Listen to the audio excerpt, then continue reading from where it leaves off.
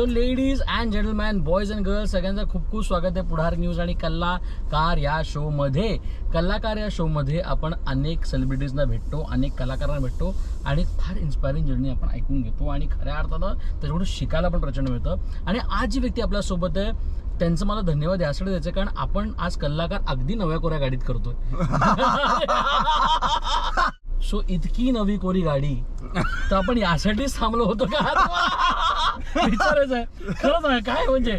आणि कॉंग्रॅच्युलेशन होतं, car beautiful गाडी. अरे मस्तच आहे रे. अरे आणि जेव्हा ही येणार आहे, टाटाची ही गाडी येणार आहे ना, हे जेव्हा कळलं होतं ना, तेव्हापासून मी एवढा फॅन झालो होतो. त्यांनी जेव्हा इंट्रोड्यूस केली होती ही गाडी, बाप रे, म्हणजे 3-4 महिने आधी त्यांनी अनाऊन्स केलं होतं अशी अशी गाडी येते.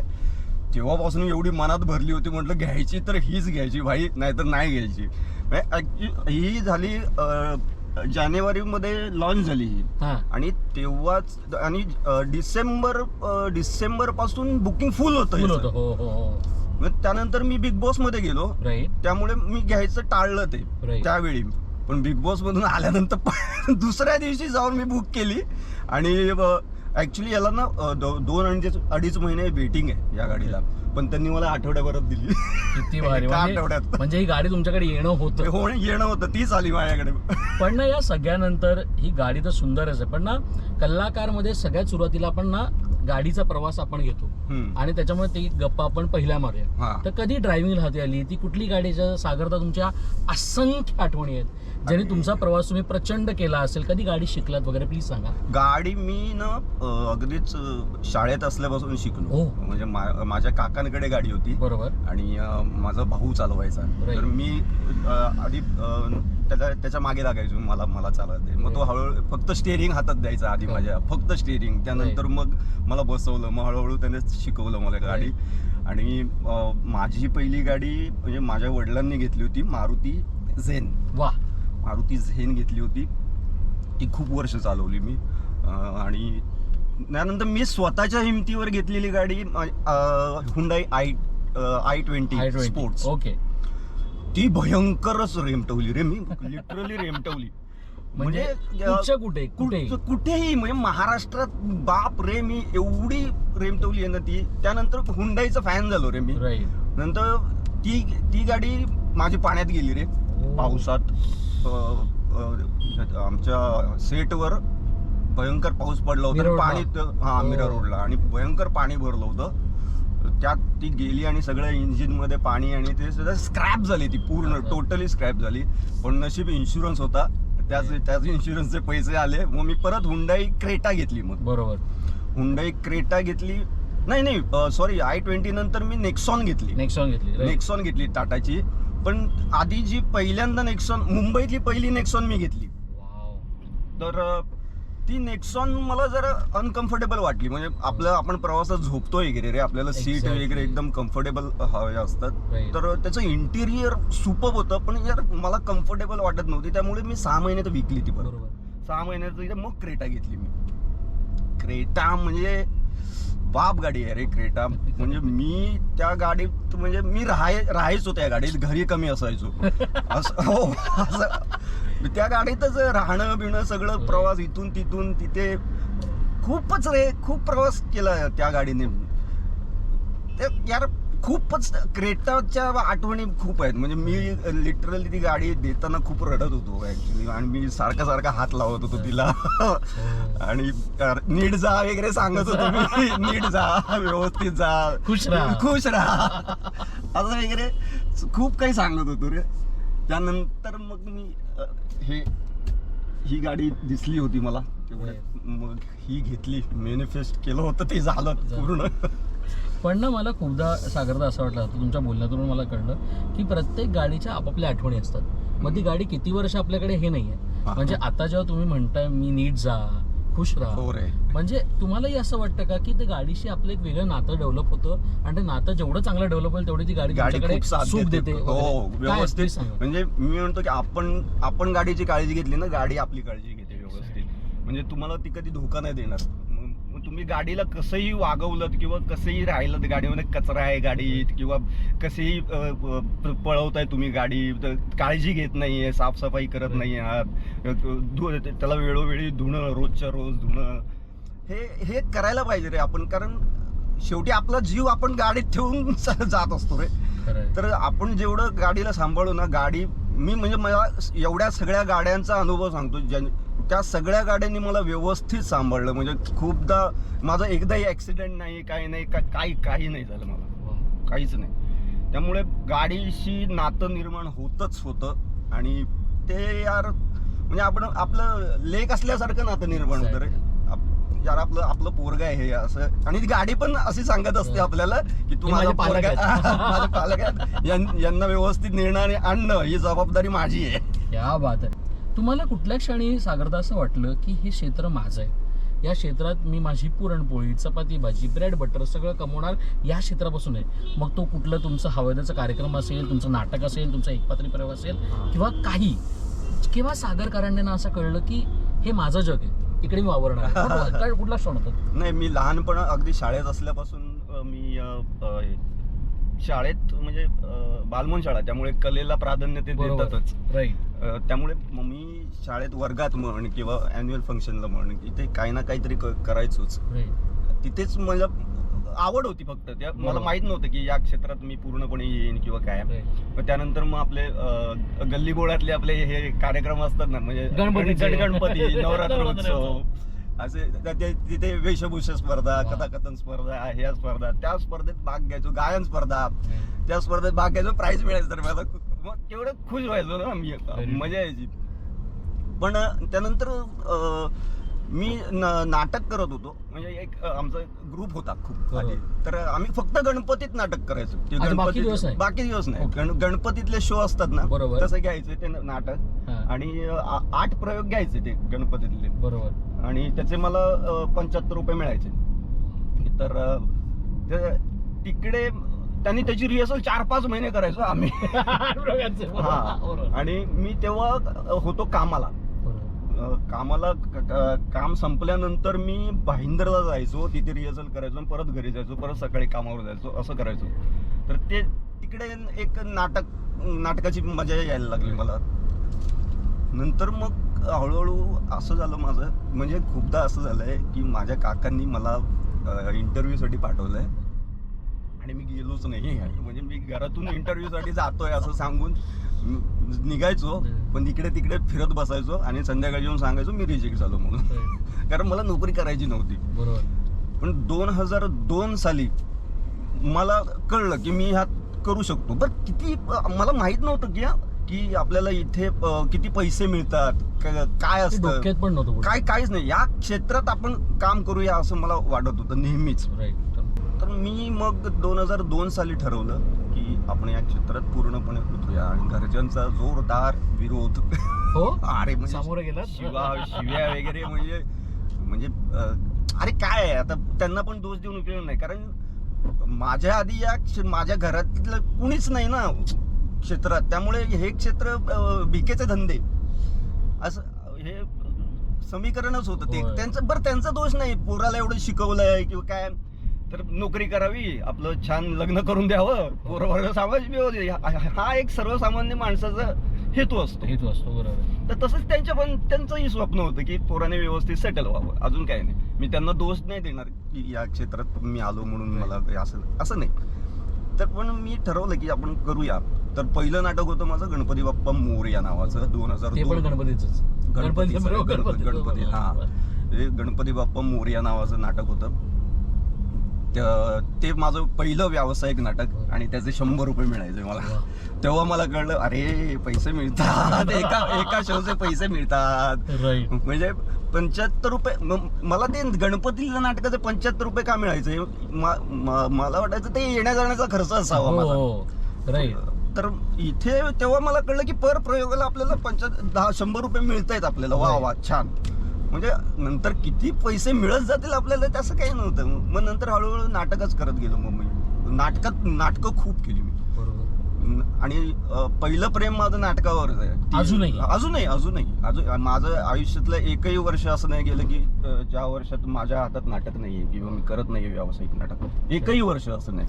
म्हणजे मी कितीही बिझी असलो, कितीही काय टेलिव्हिजन करत असलो, सिनेमे करत असलो, तरी एक नाटक मी करतो. सॅटर्डे संडे का होईना, पण आपण नाटक करायचं हे ठरवलं. ते आज तक मी करतो. पण ना मला भारी ही गोष्ट वाटते ना की ना मी कुठलेही जास्त प्रश्न बिग बॉसचे विचारणार नाहीये. फक्त एकच विचारणार का मी आत्ताच त्याच्यात बोललेला बिग बॉस नको. पण ना मी खूप तुमचा तो कार्यक्रम पाहिला.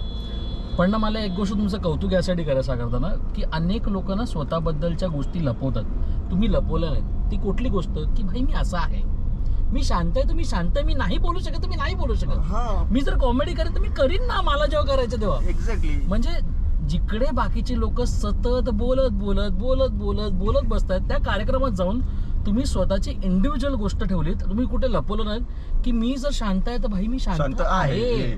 मला तुम्ही असं एक्सेप्ट करा किंवा करू नका, मला माहिती नाही, मला काहीच घेणं देणं नाही. आणि तुमचं कौतुक ते रितेश देशमुखने पण केलं की जिकडे मुद्दा असतो तिकडे तुम्ही बोलता. तुमचा मुद्दा संपला की मी गप्प बसणार. हेच होतं का तुमचं म्हणणं की जिकडे कार्यक्रम मध्ये बोलावं लागतं तिकडे मी स्वतः आहे, तर मी स्वतःसारखंच डिपेंड होणार. आणि काय तो बिग बॉस हा कार्यक्रमच पर्सनॅलिटीच आहे. एक्झॅक्टली. तुम्ही जसे आहात घरी किंवा बाहेर, तुम्ही जसे आहात तसंच राहणं अपेक्षित आहे त्यांना की हे तुमचं घर आहे म्हणून राहा. तर माझ्या घरी मी आहे असं, मी काय करू आता. मी शांत आहे. मी कामाच्या ठिकाणी पण फार नाही, कामाच्या वेळी काम करतो मी, आणि इतर ठिकाणी शांत असतो मी. कशाला उगाचच. तर मग जसं होतो तसं राहिलो मी. मला नाही येत बोलता. अरे आणि काय आहे सगळ्यात मोठा टास्क हा होता तिकडे, यार तुम्ही एखाद्या माणसाविषयीच्या एकदा चुका काढाल, दोनदा चुका काढाल किंवा त्याला घालून पाडून बोलाल, आणि ना खूप त्रास व्हायचा त्या गोष्टीचा की यार हे महाराष्ट्र बघतोय, आपण या माणसाला काहीतरी बोलतोय यार, त्याची फॅमिली आहे, त्याचं पण आहे रे काहीतरी त्याचं अस्तित्व बाहेर त्याने स्वतःने मेहनतीने काही बनवलं असेल. आपल्या बोलण्यामुळे यार हे नको व्हायला, काही चुकीचं नको व्हायला हे. आणि तो बोलायचा टास्क आला नाही नॉमिनेशनचा तर माझं डोकंच फिरायचं रे आयुष्यात. माझं डोकंच म्हणजे एवढं टेन्शन यायचं, म्हणजे काय बोलू आता मी. बरोबर. अरे आणि किती वेळा बोलणार रे, नाही रे. आणि वर आपल्याला जगात सांग तरी कोणाला जज करू नका. इथे तुम्हाला जजच करायचं, जज करायचंय रे. इथे जजच करायचंय. तू असा आहेस, तू तसा आहेस, तू तसा आहेस. अरे बस यार बस. म्हणजे हेही बोलून दाखवलं मी. राईट. मी रितेश सरांसमोर हेही बोललो की मला नाही येत, सतत काय वाईट बोलायचंय. जसं आहे तसं राहणं अपेक्षित होतं लोकांना, किंवा तो कार्यक्रम असतो आहे, तुमची पर्सनॅलिटी जशी आहे तसं राहा. तसं मी राहिलो बस. आणि खऱ्या अर्थानं तो कार्यक्रम पण तुम्हाला असंख्य गोष्टी शिकून गेला. पण सागर सर, खऱ्या अर्थानं ना आपण आता हवेलीच्या गप्पा मारल्या, सगळ्या गोष्टी आहेत, सिनेमेच सुरू असतील, आता येणाऱ्या काळात अनेक गोष्टी येणार आहेत. पण या सगळ्यानंतर त्या दोन गोष्टी जे तुम्ही सांगू शकता जे ह्या क्षेत्रात वावरण्यासाठी सगळ्यात जास्त महत्त्वाचे, ते कोणते आणि का? एकतर तुमचा प्रामाणिकपणाचं हवाच आहे, आणि मग सगळ्यात जास्त मध्ये तुम्हाला कामं मिळतील नाही मिळतील, वेळ पाळणं फार गरजेचं आहे यार. वेळेला किंमत आहे यार. म्हणजे एखादा प्रोड्युसर जर तुम्हाला वेळ देतो 8ची, आणि मी खूपदा बघितलं खूप कलाकार 9, 9:30 वाजता वगैरे येतात. अरे त्याने पैसे लावलेत रे, त्याने काहीतरी म्हणजे सेटअप केलेलं आहे, त्याला कॅमेऱ्याचे पैसे द्यायचे आहेत, त्या माणसांचे पैसे द्यायचे आहेत, बाकीचे तुमच्यासाठी ते करतायत सगळं. तर आपण वेळ पाळणं फारच गरजेचं आहे. मी खूप कलाकार असेही बघितलेत की नाटकाच्या प्रयोगाला 4चा प्रयोग. मला माझी एक चांगली पहिल्यापासून जे आम्ही आमच्या सिनियरकडून शिकलो, बरोबर, की प्रयोगाच्या 1 तास आधी पोचायचो. पण आताही मी 1 तास आधी पोचतो नेहमी. माहित नाही म्हणजे ती सवय लागली आहे. ते काही ठरवून वगैरे नाही, ती सवयच लागली आहे. 4चा प्रयोग आहे ना, मग 3 वाजता पोहोचू असं या पद्धतीने आपण निघायचं. पण खूप जणांना बघितलं की 4चा प्रयोग 4ला येतात, मग मेकअप वगैरे करणार, मग त्यानंतर मग लोक तिकीट देऊन आलेत रे. तिकीट काढलंय त्यांनी 500 रुपयाचं, त्यांनी त्यांचा वेळ दिलेला आहे तुमच्यासाठी. 4चा प्रयोग म्हणजे त्यांचं पण काहीतरी प्लॅनिंग असेल की 4 वाजताचं नाटक बघायचं, 5-6 6:30 पर्यंत नाटक बघायचं, 6:30ला जायचं बाहेर कुठेतरी काय मस्तपैकी जेवायचं वगैरे, असं काहीतरी फॅमिली प्लॅनिंग करून येतात माणसं. आपण येणार 4चा प्रयोग 4:30ला सुरू करणार, मग त्यांचं पण सगळं फिसकटतं पुढचे प्लॅनिंग, आणि लोक बसून राहतात. मग खूपदा नंतर एवढा कधी कधी उशीर होतो की लोक टाळ्या वाजवायला लागतात. यार एवढं पेशन्स नाही ठेवू शकत. लोक तुमच्यासाठी आलेत, पैसे देऊन आलेले आहेत, तुम्ही त्यांचा रिस्पेक्ट करणं तुम्हाला फार गरजेचं आहे. एवढंच पाळा फक्त, बाकी काही नाही. बाकी तुम्ही काम कसं करता, काय करता ते नंतरचा भाग आहे, सेकंडरी आहे. खरंच तुम्ही वेळ पाळा फक्त.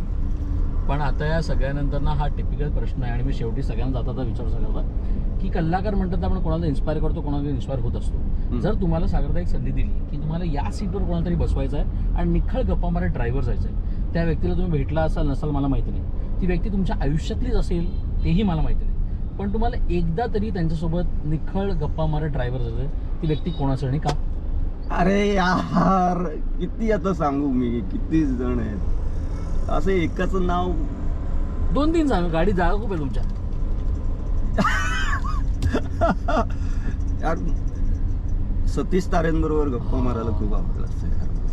म्हणजे मुंबई मारलेत आम्ही गप्पा, पण असं गाडीत नाही मारलेत मी त्यांच्याबरोबर काम करण्याची संधी मिळाली मला, हे माझ्यासाठी खूप आहे यार.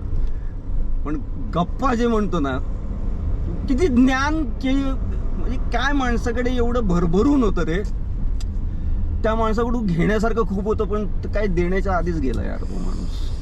त्याचं भयंकर वाईट वाटतंय. मोठा कला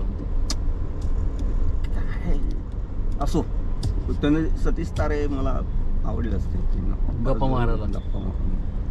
पण नाही, सगळ्यांना तर तुमचे अनेक कॅरेक्टर फेमस झाले, तुमचं कौतुकी झालं. म्हणजे नानांसमोर तुम्ही नानांची ऍक्टिंग केली, हे काय, हे कुठून जमवता तुम्ही?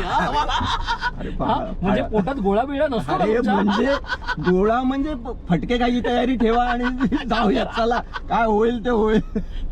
काय होतं काय मुमेंट? कारण नाना कधी इतके पडून हसतील किंवा हे तुम्ही आणि कुशलताने ठरवलं होतं का? आणि जेव्हा त्यांच्यासमोर तुम्ही तो सीन केलात, काय होतं प्लीज सांगा. अरे काय म्हणजे माझी एवढी फाटली होती ना एंट्रीच्या आधी, म्हटलं यार म्हणजे तो माणूस एवढा हळवा आहे, एवढा चांगला आहे, पण लोकांमध्ये त्याची इमेज खूप वेगळी आहे ना रे. तर आमच्या पण मनात तसंच होतं आधी. समज त्यांना वाईट वाटलं जरा, फार फार तर काय होईल, उठतील एक कानाखाली मारतील, एवढंच होऊ शकतं. ह्याच्या पलीकडे नाही होणार काय. सागर ती तयारी ठेव आणि घुस आता. मग याच्यातून वाचायचं कसं, सागर चांगलं कर, त्यांना आवडेल असं कर. काय म्हणू ना म्हणून चालेल नाही पण त्यांनी खूप मजा केली त्यांनी यार. आजही कधी भेटले तर छान बोलतात, गप्पा मारतात. पण तुमचे म्हणजे ती बाई फेमस झाली नानांसमोर, तुमचं आठवले साहेबांसमोर पण तुम्ही केलेलं ना, राईट? हो, त्यांनी पण तुमचं कौतुक केलं होतं. म्हणजे केलं त्यांनी मला. म्हणजे मला ही भीती होती की त्यांच्या पक्षातली माणसं येतील, बरं केंद्रीय मंत्री तेव्हा माणसं येतील मारतील तुझ्या आईला, पण असं काही नाही झालं रे. त्यांनी स्वतःहून पण कौतुक केलं. अरे मस्त मस्त माणूस आहे रे तो पण. अरे आपल्याला हा रे, आपल्याला उगाच वाटत असतं यार काय हे कठोर असतील आणि असं असेल, माज असेल किंवा काय. काही नाही रे, साधी माणसं आहे ती सगळी तुझ्या माझ्यासारखी.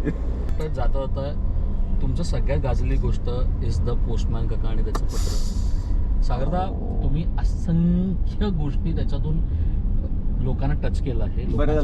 मी बोलणार. तुम्ही आणि अरविंद जगताप सर, हे त्यांचं नाव घ्यावंच लागेल. तुमच्या दोघांची केमिस्ट्री असेल, आणि या सगळ्यानुसार तुम्हाला असंख्य लोकांनी त्याच्याबद्दल स्वतःहून पत्र पाठवले असेल, तुम्हाला लोकांनी बोलले असतील, लोक रडली असतील. म्हणजे मला अजूनही आठवतं की इरफान खान ह्यांनी शेवटी जातात ती शायरी म्हणणं, हे तुम्ही अनुभवलेलं आहे. अनेक मोठमोठ्या लोकांचं, मग उज्ज्वल निकम सर असतील, या सगळ्यांचं पत्र वाचले. ती जी सिरीज सुरू झाली आणि ती सिरीज जेव्हा तुमच्या आयुष्यात आली, हवेदापेक्षा वेगळे किस्से आहेतच तुमच्याकडे, याच्यावर प्लीज सांगा. काय सांगूया, म्हणजे माझ्या सगळ्या बाकीच्या सगळ्या कॅरेक्टरवर हावी झालेलं कॅरेक्टर आहे.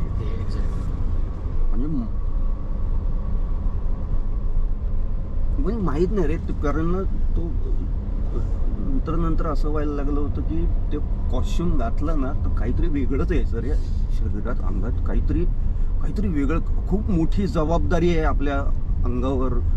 आपण जे घालतोय कपडे ते फक्त कपडे नाही आहे, ती एक फार मोठी जबाबदारी आहे.